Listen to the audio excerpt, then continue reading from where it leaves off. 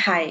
पिछले वीडियो में हमने बात की थी कि कैसे हम जो बिलीव करते हैं अपने बारे में, हमारे जो बिलीफ सिस्टम्स हैं, वो कैसे हमारी आइडेंटिटी को शेप करते हैं।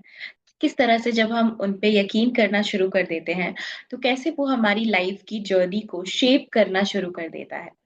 सो as I shared in the earlier one कि नेक्स्ट वीडियो में I will tell you how to let go those belief systems, how to change what you don't believe, how to change the belief systems जो आपको नहीं चाहिए अपने बारे में, जो अभी आप मानते हो but you want to let it go.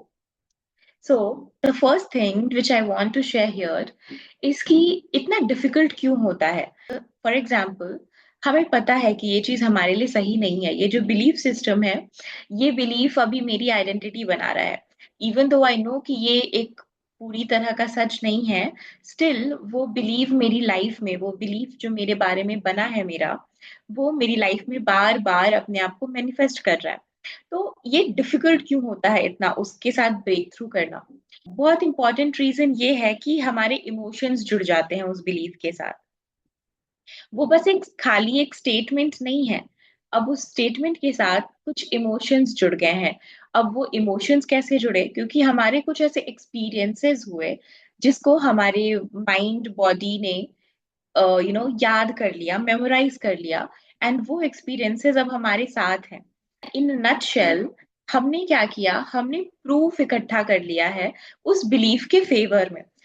जैसा कि कोर्ट्स में होता है कि दोनों तरफ के जो लॉयर्स होते हैं, वो अपनी अपनी प्रूफ्स इकट्ठा करके रखते हैं अपनी अपनी बात के फेवर में। उसी तरीके से अभी आपके माइंड में क्या है कि जो नेगेटिव स्टेटमेंट है उसके अराउंड आपके माइंड ने बहुत सारा प्रूफ इकट्ठा करके रखा है। एंड सिंस कि वो बहुत सारा प्रूफ इकट्ठा है, बहुत सारी लिमिटेशंस ऑलरेडी इकट्ठा है एक्सपीरियंसेस के तौर पे, इमोशंस के तौर पे, ये बहुत डिफिकल्ट हो जाता है जानते समझते हुए भी उसके साथ लेट गो करना, उस बिलीव को छोड़ देना और मूव ऑन करना किसी और एक कोई ऐसा बिलीफ सिस्टम, कोई ऐसी बात जो हमारे लिए बेटर हो, उसको अपना कर पाना। तो नाउ व्हाट टू डू, कैसे करें, how do we do that? तो उसको करने का तरीका ये है कि आपको आइडेंटिफाई करना होगा कि ये जो मेरा थॉट है, इस थॉट के अराउंड मेरी लाइफ के क्या एक्सपीरियंसेस रहे हैं, मेरी क्या पास्ट की मेमोरीज जुड़ी हैं।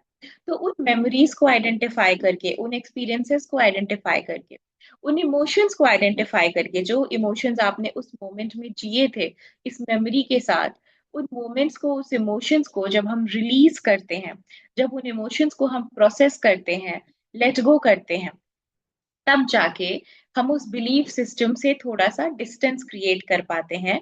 और हम कोशिश कर पाते हैं कि what, this is not serving me, so leave it and find something else जो सर्व करेगा, जो वर्क करेगा मेरे लिए। So yes, ये थी information part for this video.